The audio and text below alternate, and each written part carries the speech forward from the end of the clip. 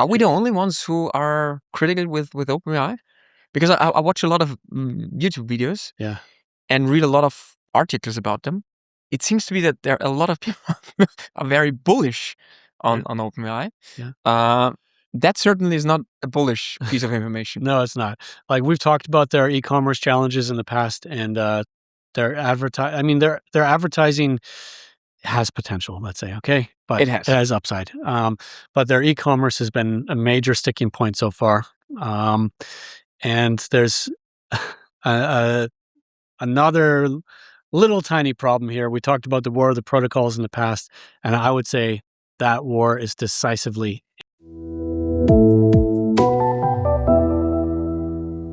Welcome to another episode of Growing E-commerce. We've got an exciting agenda for you today. We'll be talking about AI mode rolling out to Chrome, some exciting partners joining the UCP Tech Council, and why that means RIP ACP. Amazon is capturing 20% of ChatGPT e-commerce referrals. And last, mass arbitration in the wake of Google's 2024 antitrust loss. I'm one of your hosts, Mike Ryan. And with me, Chris. Yeah. Oh, sorry, man. I was closing my eyes, and because this agenda is it's packed, man. And I love the RIP ACP thing. Yeah, it's massive. Yeah, great topics, Mike. Sure. Where should we start? Do you want to start with AI? Let's start to roll with AI mode rolling out to Chrome. All right. Yeah. So that's rolling out to Chrome users in the US and other US only? Okay. Yeah, I believe so. I mean, at time of recording, you never know how fast I want to pace it, but other regions will follow. Yeah. The usual. The usual. We're never first in line. Austria is, never first in line. For maybe obvious reasons, we're just a very small country. However, we love Google. Yes. Sometimes. Except for when we hate them. All right. But Mike, let's shed some light on this. What is it? And is it done the right way from our perspective? Yeah. Well, I think it's a massive moment in the history of AI mode. It will definitely be. And we're going to talk about antitrust later on in the episode. This could maybe end up in an antitrust in the future, but Google has been aggressively pushing AI mode through their Google search. All their users that they have there. All streets all roads lead to AI mode. Yes. And recently that's looked like you start almost any informational query or query whatsoever, there's going to be an AI overview. And as soon as you interact with that AI overview at all, you're inside of AI mode. Exactly. As well as AI mode being embedded in their search bar, on their homepage, and everything else. But another one of their big ways of accessing the market is Google Chrome, which is the most dominant browser. Yes. Huge adoption on mobile phones as well. And so this is another way, another road. Yeah, another vector, another road to bring people to AI mode. And that's why it's going to be big. And what happened there precisely? So what's the feature? Yeah. So to speak. To start off with, they're doing this side-by-side browsing, which is pretty cool, I think. So this is basically means that when you're in AI mode, if you click on a result, it actually, I think, increases the likelihood that people will click on results when I get used to this experience. Instead of opening in a new tab, it's going to open in a pane parallel. And so now you have your AI mode chat experience, and next to it, you have this content that you've clicked on. And there's any number of applications of that right there. Yeah. That's fucking awesome. I mean, let's face it. It's cool. I mean, we talked about that a couple of days before, and we take this for granted again. That's why I said we love Google most of the times, and when it's due, we are critical with them. But this is another very seamless move. Yeah, it seems to me that AI mode is just adopted naturally. Yeah, and it's not forced. It's just driving user experience and client value. Yes. Because it's quite a powerful thing. If I could imagine you do your search in AI mode, you get the results, you jump to a landing page, and then I can again use AI mode to ask anything.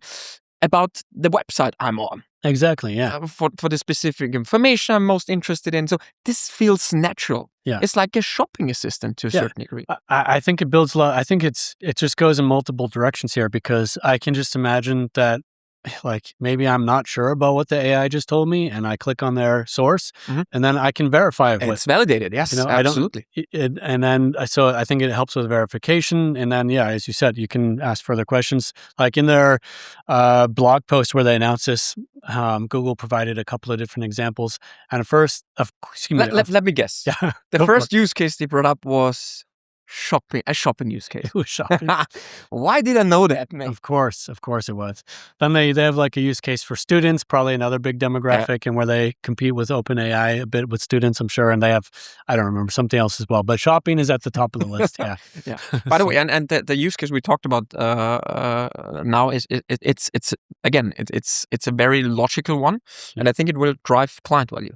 Yeah. I'm looking forward to that feature when it's launched in Austria. And by the way, one maybe even positive side effect is, I think it will maybe increase also. I'm literally think that this is one outcome is it might increase conversion rates, maybe even significantly, because even shitty websites can now be made, usable, because you just use AI mode for information extraction, whatever. Yeah, exactly. Might be a very positive side effect for the online retailer. Yeah, I mean, I think it's another reason to invest in your landing page content, because, imagine someone lands on your product landing page, and then rather than a user scrolling down your landing page searching for information, maybe it's hidden in an image slide or whatever, but you can just ask the AI mode questions about it. Yeah, the data has to be there in a structured way. Yeah, I assume, else it will not be accessible, but it probably will help a lot. Yeah, yeah. I mean, it's hard to say too, because I guess it still has its model. Like in theory, you could ask a question about the product that you're seeing, and it could then also search jump the to web some other sources, and find out. That's true. We'll have to see more about how it works, but it offers a stream, because you can then discover a product and open that pane parallel and actually check out on that website there. By the way, this is now this is even the best solution for the online retail, because I can get information from other sources, which I don't even have. Yes. But still, I'm attractive to the client for whatever reason. Maybe it's the price point. Yeah. I'm not leaving the website anymore. I just get the information somewhere else. Yeah. But a checkout on my website. Exactly. But it can go, they can also have their agentic checkout built in. We have to see because this is just a starting point. And there's other neat little features in there too. Like you can add sources to the AI, like a PDF or an image or whatever. Well, you can also add other tabs in your browser. It'll have access to that. True that. And I like this as a kind of a middle ground between full agentic browsing and stuff like that, because you determine which context you want to have. It's not that it has it's just reading all your tabs all the time or stuff like that. And I think, and very, very smart people work at Google, I think that's how maybe they even see it, right? Yeah. It's the first step into that their agentic direction, agentic future. The human is way more in the loop, but you still have the full power of AI mode. I really like that. I like it a lot. Me too. I'm enthusiastic about it. So I mean, I think this is going to bring a lot of scale to AI mode in general. There's going to be shopping use cases here, and we'll see how they develop the features further, because they can really build in the end. There, once the UCP integration goes further, they can build super cool user experiences in there as well. Google, that's a great idea, and I'm really curious about it. Just one last question before we jump to the next topic. US only for now, but we have no clue what the rollout strategy is. No information there. I don't think so. Maybe there's documentation about that, but I haven't seen something. Okay. We'll see. But we could look at past rollouts maybe to get a clue. Yeah.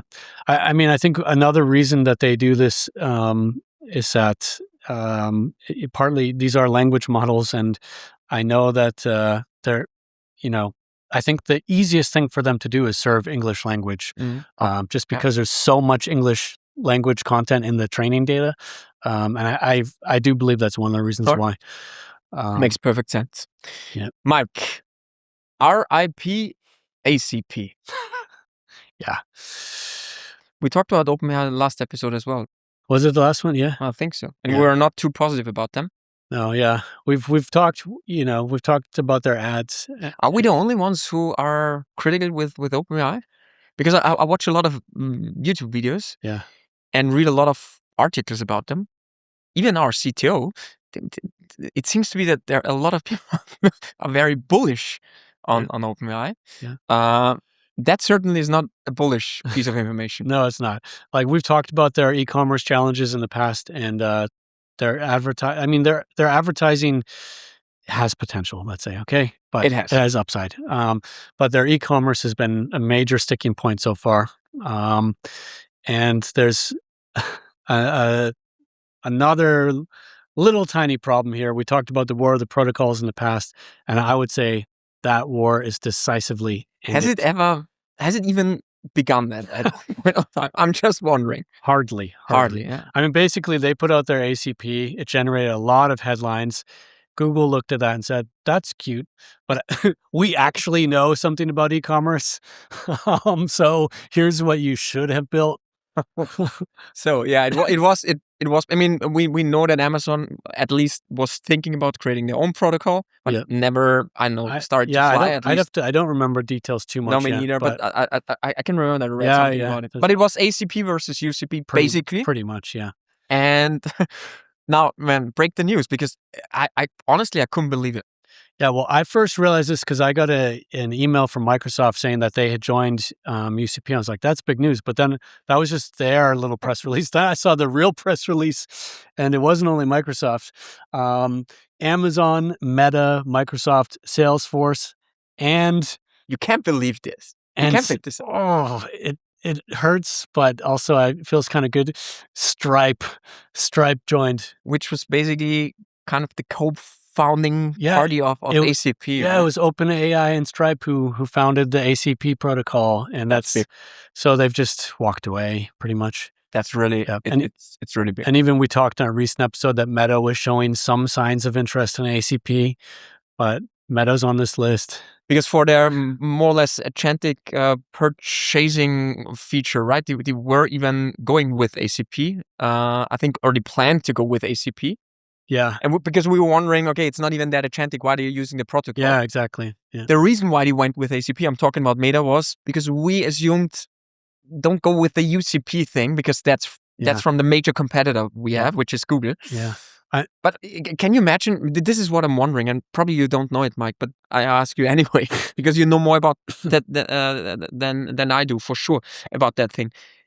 Can you imagine how big of a difference in technical capability, value proposition?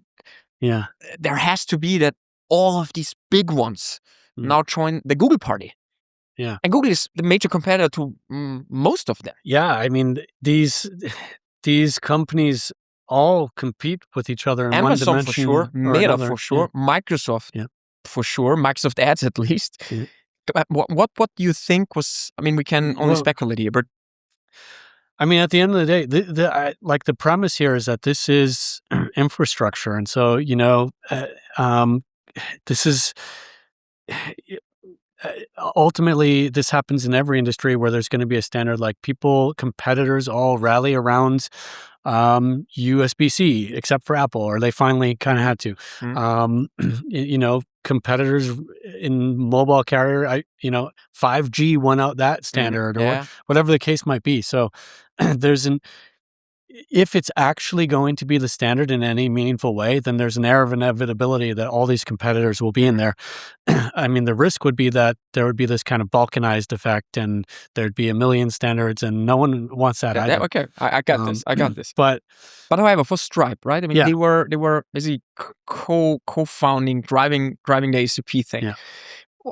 I mean, Well, you know what? I think it's a great decision that they made. I think they looked at it, they said, are we going to continue investing our money and time in this? Something which leads nowhere. Like, I mean, this UCP standard actually looks great. It will take, how long will it take us to catch up with that? Yeah. And by the way, this has no momentum. Yeah. Like they just pulled the plug and they moved on. Yeah, but I fully understand the decisions of these great companies. I'm just saying that it had to be a very, very logical decision. It had to be super clear for them that it's the better way, the better option to go with UCP. Yeah, UCP is way better. Yeah. It is way better.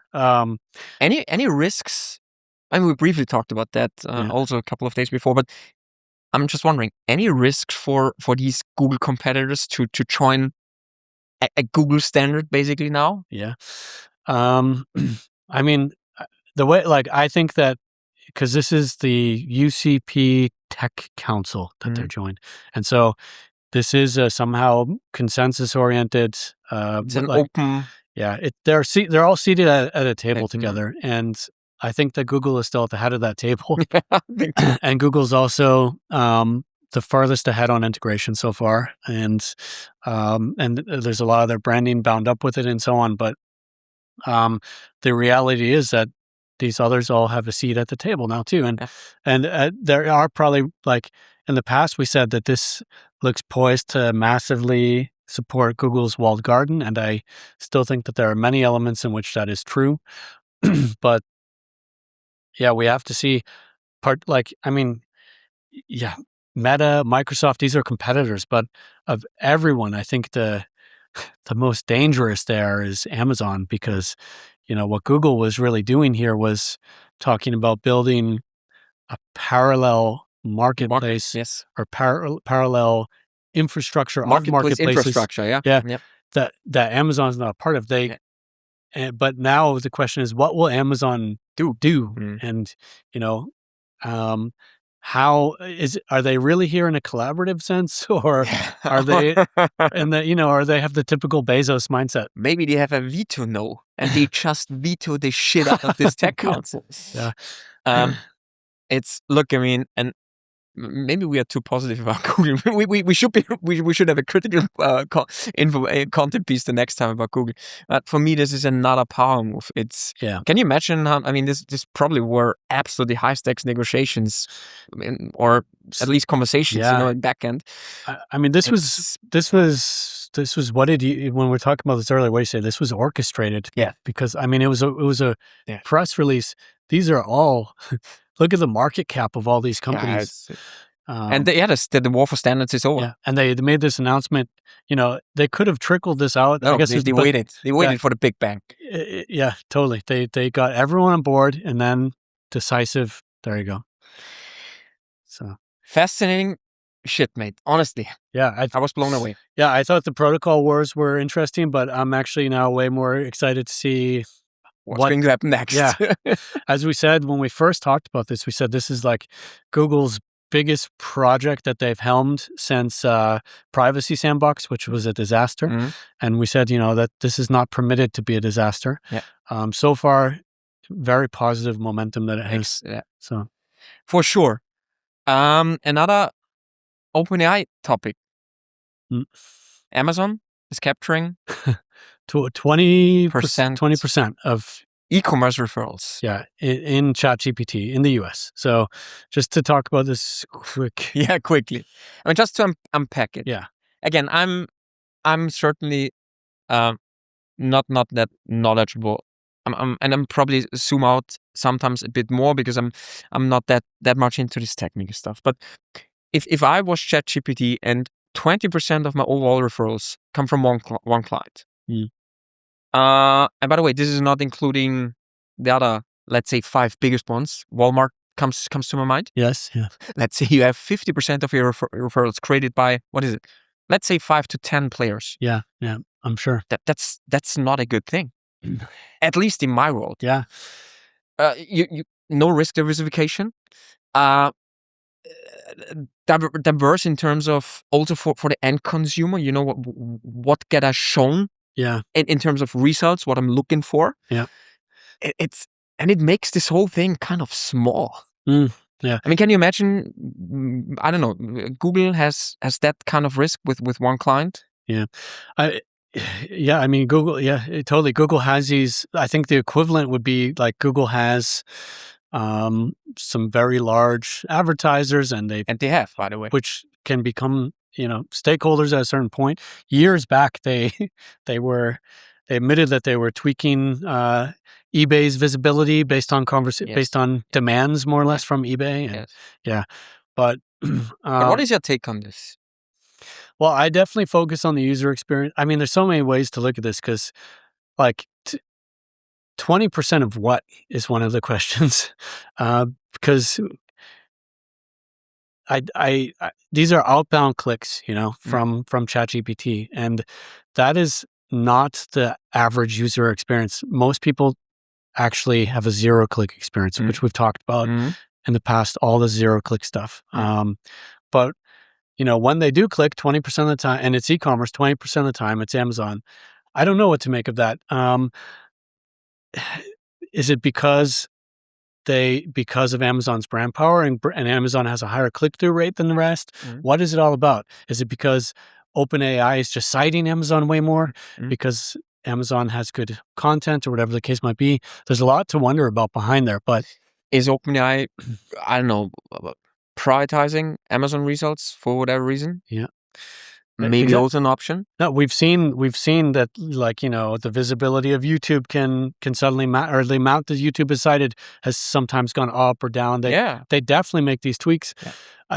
I just sorry. No, I'm just saying because that's how I see it, and I don't know for sure because we don't have the details. But from this user experience, if 20 or let's say worst case 50% of my referrals are happening from a ChatGPT perspective are happening through 5 merchants. Yeah. What does this mean for the results the end consumers get shown? Yeah. How much diversified content is shown to me when I'm using ChatGPT? Yeah. I mean, now I'm like, it's a crazy stat, honestly. Yeah. And this is exactly why Google, in their ad auction system, they have AdRank to try to dampen or counter effect the visibility of very large advertisers. They tried at least. Yes, yeah. They do it to a certain extent. Yeah. We're going to talk about antitrust, and they were even switching positions of some advertisers because they were too dominant. Yeah. And it happened, there are going to be big players and dominant players, but you need to balance the user experience. Yes. And yeah, it's a question of if that's a balanced user experience. I actually think that this is an area where it could be a kind of a bull case for ads because the fact of the matter is there's not much outbound clicks occurring at all.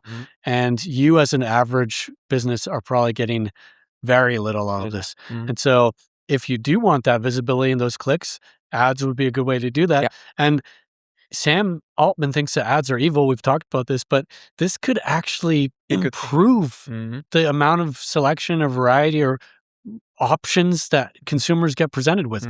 Like, ads are not always the devil. So no. Yeah. But especially if you have a burn rate of a couple of billions, yeah. But man, okay, that's quite interesting. Another thing, Mike, because that's how, at least that's how I understood it. There's also a crazy number of how much of the overall referrals land somewhere which is maybe not in favor for OpenAI, right? Yeah, that would concern. If I would be OpenAI, that's more concerning. Yeah, that's more concerning. Okay, let's talk about that. What is it? So I now have to double check that number, but I believe it was also right about 20%. And so 20% of e-commerce referrals are going to Amazon. 20% of all referrals, because e-commerce is just a subset, 20% of all referrals go to Google. Yes. Google. Here it comes again. And like another 10 to 15% go to YouTube, which is also Google. Is also Google. And the crazy thing is, and of course we don't know the e-commerce share of that 20% ending up with Google or YouTube. Maybe it's even 30% if we combine YouTube and Google. And this is where the magic happens then, probably, right? Yeah. Because if I'm gone from ChatGPT, I end up in Google. Whatever I'm looking for, I will do something on Google and not. This is way more concerning. Yes. Of course. Yeah. Because then like the ads get served, like the monetization ends up running through Google. The attribution ends up running through Google. Everything is wow. Yeah. Okay. Good. Yeah. So this is more concerning. I think sure. So. Yeah. For sure. Crazy stat, however. Yeah. And we're well into the time box, but we have one left, which is maybe not that positive for Google. No. This is Well, something had to happen here. And that, Google lost some antitrust case recently, as you'll remember. And there was this, they were found to be a search monopoly, and they're found to be anti-competitive in their advertising or ad tech practices. And now the other shoe is dropping, as we say. So the way that Google, in their terms of service, many corporations do this, not only Google, but they make it so that you cannot pursue class action. They'll specify a court and stuff like that, and you have to go through arbitration. It means that you have to do this one-on-one, and it's a special way of having these decisions get made, these rulings get made. Usually the company will pay the arbitration fees.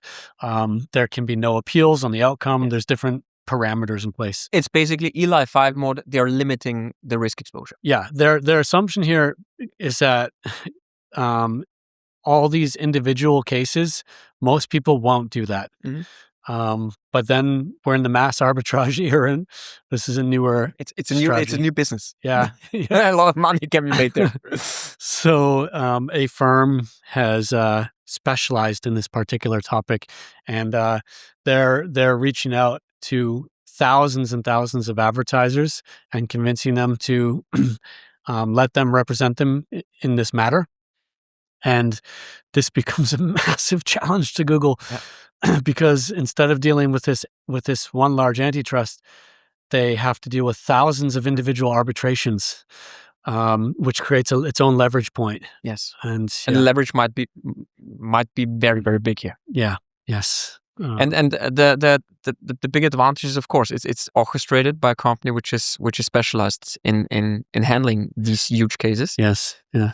But the bottom line, or basically the question I'm interested in most in is, of course, how much substance there is to what's the claim here. I mean, yeah. Well, that's the thing. So that's right. The claim. I mean, they're seeking damages which could amount to 200 billion plus. Yeah. I mean, it could be $250 billion if we want to. And the basic premise is that through this anti-competitive advertising market, they could then perpetrate anti-competitive pricing. And there are some indicators of that, of course, from the trial. But, it's tricky. I don't know. That's not my business of what the kind of the burden of proof is here. I mean, I think in many ways, the burden of proof was established by the court, and they can lean on that a lot. And this is why this might be really dangerous. Yeah. Because it's not coming out of the blue. Exactly. There is substance to it. Yeah. It's piggybacking, because otherwise you would need a counterfactual, or you'd need to say my ads were how would you want to prove it? Exactly. Yeah. But and basically, just a gut feeling. The basic claim is basically that you as an online retailer paid the CPCs you paid were too high, basically do you think that this is? I mean, there is substance to it because it has already been brought to court, but you're an expert, man. What's your take on this? Might this be a real thing? Because this is something a lot of clients still ask to this day. Yeah. I mean, I think we talked about it back then, that this could be something that would happen. So yeah, I'm not a legal expert, but I think that there is a very good probability this will be successful. Wow. Yeah. All right. It'll take a year or 2 years. So, we'll talk about it. If there are updates, we'll mention it. All right. Mate, I enjoyed the episode. Yeah, me too. A lot, like always. Yeah. Thanks, Chris, very much. I think that'll wrap it up for today. Let's do it. So, thanks for listening. This has been another episode of Growing E-Commerce, brought to you, as always, by Smarter E-Commerce, also known as SMEC. To learn more, visit smarter-ecommerce.com. And as always, we really appreciate it if you give us a shout out online, or give us a star rating, or a 5-star rating, plural stars, more than 1 star on your podcast platform of choice. Give us a thumbs up on YouTube. Everything helps. We really appreciate it. Thanks, and we'll see you next time. All the best. Thanks, Chris. Bye, Mike.